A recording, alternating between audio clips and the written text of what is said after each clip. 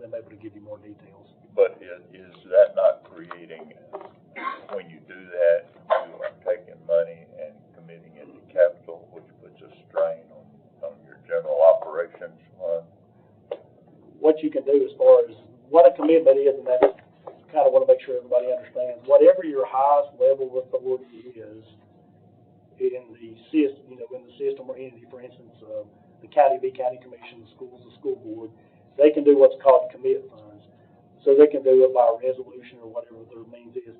They can uncommit the funds the same way. So, for instance, if they're committing back $15 million for capital or whatever purpose, if they got into a strain, they could actually uncommit that fund. This is easily. If we remember that they've committed that money. I would assume they would, because they sent me, because when I asked for the details of the commitments, they sent me the breakdown right off. And it said on their board allocated reserve for fiscal year 22. And how much money last year was used from reserves to balance the budget? For the 24 to 23. That's this fiscal year. With 23, we won't have the financials because the audit's not done, but do you want me to just talk about the budget? How much, yes, the budget, okay. If you want it with or without the sub-funds, it will make a little difference. So the big number I gave you earlier, the bigger number would be with the sub-funds. If you include the sub-funds, because there was some cafeteria money they spent too, the difference between revenue and expenditures was about $34.5 million. If you take out the cafeteria and the Duke and the other, it's about $29.9 million. 29.9, about 30 million. Yes. And and I'm glad Scott is here and this is not beat up time on Scott tonight, but that says to me that we have a problem brewing. If we're having to take 30 million from reserve, that's going to catch up with us eventually, rather than trying to balance each year with the amount of revenue that we actual revenue to make the budget. If we're having to take 30 million, that is going to catch up with us sooner or later. So I guess I'm saying it might be time to start putting the brakes on some spending and hiring in order to live within designated revenue for the Board of Education. I think, Mr. Hyde, in that 29 million, Mr. Long described, 22 million was designated for capital. Some of that was because we expected there to be potentially some overages with White House Intermediate and Liberty Creek Middle, because when we did the bond for Liberty Creek Middle and White House Intermediate, remember we did that prior to the inflation boom and construction costs taking off. So we left money, we designated money in fund balance to cover that if we needed to. 7 million of that was to help balance expenditures, and so part of that is with TISA coming in, with us switching from BEP to TISA. Like the year before, there was more there because we went ahead and did some of the pay increases, knowing that we were going to increase about $31 million in TISA funding last year. And then we talked, in my conversation, Dr. Phillips' conversations with the budget committee last year, we came in, Mr. Showpass said we come in, and Ms. Lonnie, we come in revenue neutral. So we basically expended the same funds that we did from the county the year before, and we made up for that on the TISA side. But so that required us to dip about $7 million into our reserve. So the 22 million is there to catch any overages with Liberty Creek, so that we don't have to come back and ask for more money or anything like that. With the bond to cover White House Intermediate and Liberty Creek Middle. So I don't think that'll be I agree with you. We need to stay within our meetings, and we don't want to go. You don't want to dip with, especially with recurring costs. Now I will say that some things that we're going to have. Some uncertainties that we have looking forward is the governor wants us to take starting teacher pay to $50,000 by 2026. Some districts like Robertson's already gone there, Metro is there.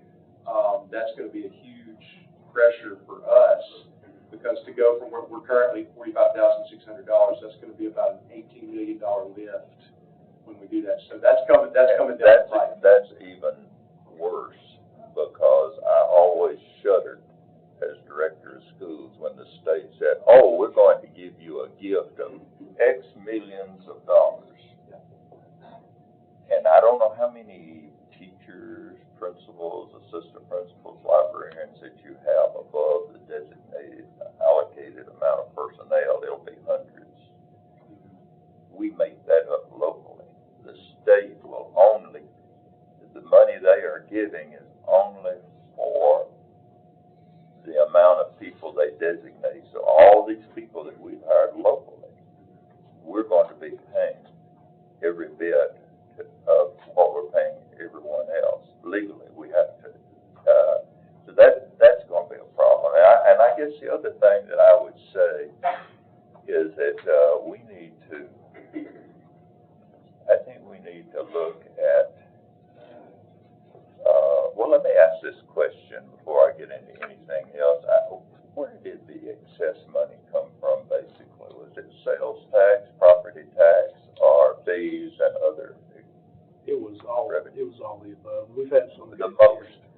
Predominantly what happened in 2019, the county and the schools, we budgeted actually revenue flat to negative because the start of the pandemic, everybody was worried there was going to be significant issues. Well, that year it did not have the impact, and a couple of things happened. They changed the law on sales tax for internet sales tax. They changed it first for collection, and they changed the amount.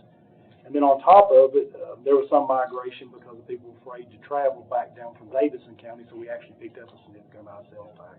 Well, that's not answering my question, though. Where did most of the excess money come? It would have been sales tax. A lot of it was picked up back in... not percentage-wise, but the bulk of the money was how much? I was going to look at it right now and see which year we picked up. If I'm not mistaken, it was predominantly a lot of it in 19.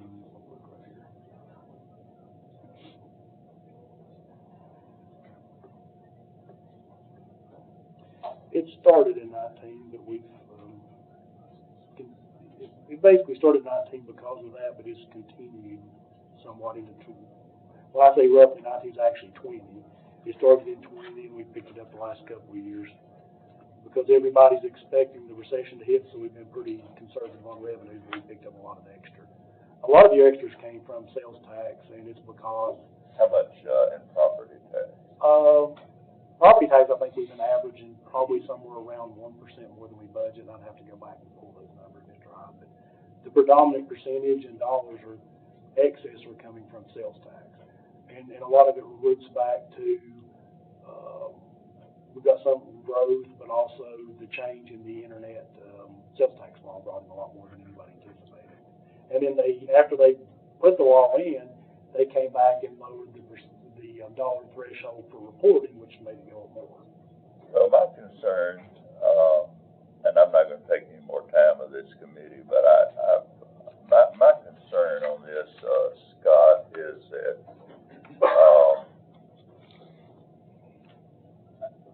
I think that the people have been overtaxed. I think we're getting more property tax in than we're spending. I know we are getting more property tax in than we're spending. Now, you can show me all the figures you want to. I know that we are. And to me, when I look at the people in my district now, I live in a very blue-collar district. Well, you know where I live, and well, there are some nice homes there, but for the most part, I see people struggling. I see mom and dad both working.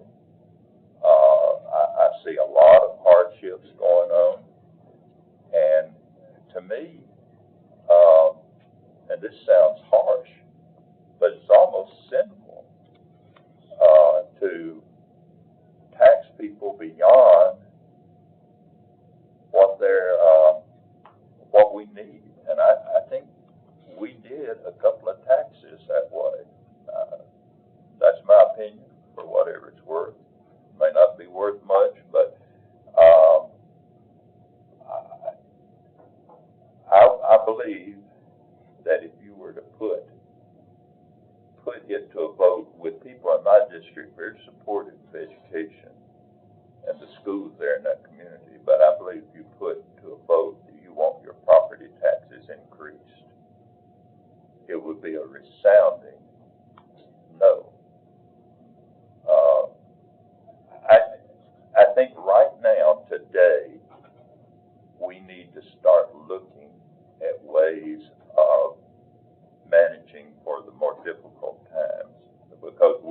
we have enough excess funds now, and this is the problem typically with government.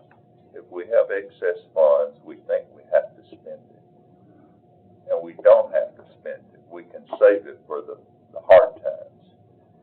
And I think that's what we need to be doing right now, because we're not going to have this kind of money forever, and we need to be able to save that money to spend it. And everybody we hire, we're obligating money. And when we hire a person that is beyond what the state gives us, we're indebting ourselves. I don't think the people really realize how much that is hurting. In other words, if Sumner County is allocated 2,300 teachers by state funding, if we have to hire 2,600, it will be 300 teachers that we have to fund entirely by Sumner County. That's all the state is paying. I just think we need to start looking at tightening our belt and doing some things to save ourselves for the future, because I see difficult times coming, and it will be very, very difficult for me to vote for a tax increase on my district.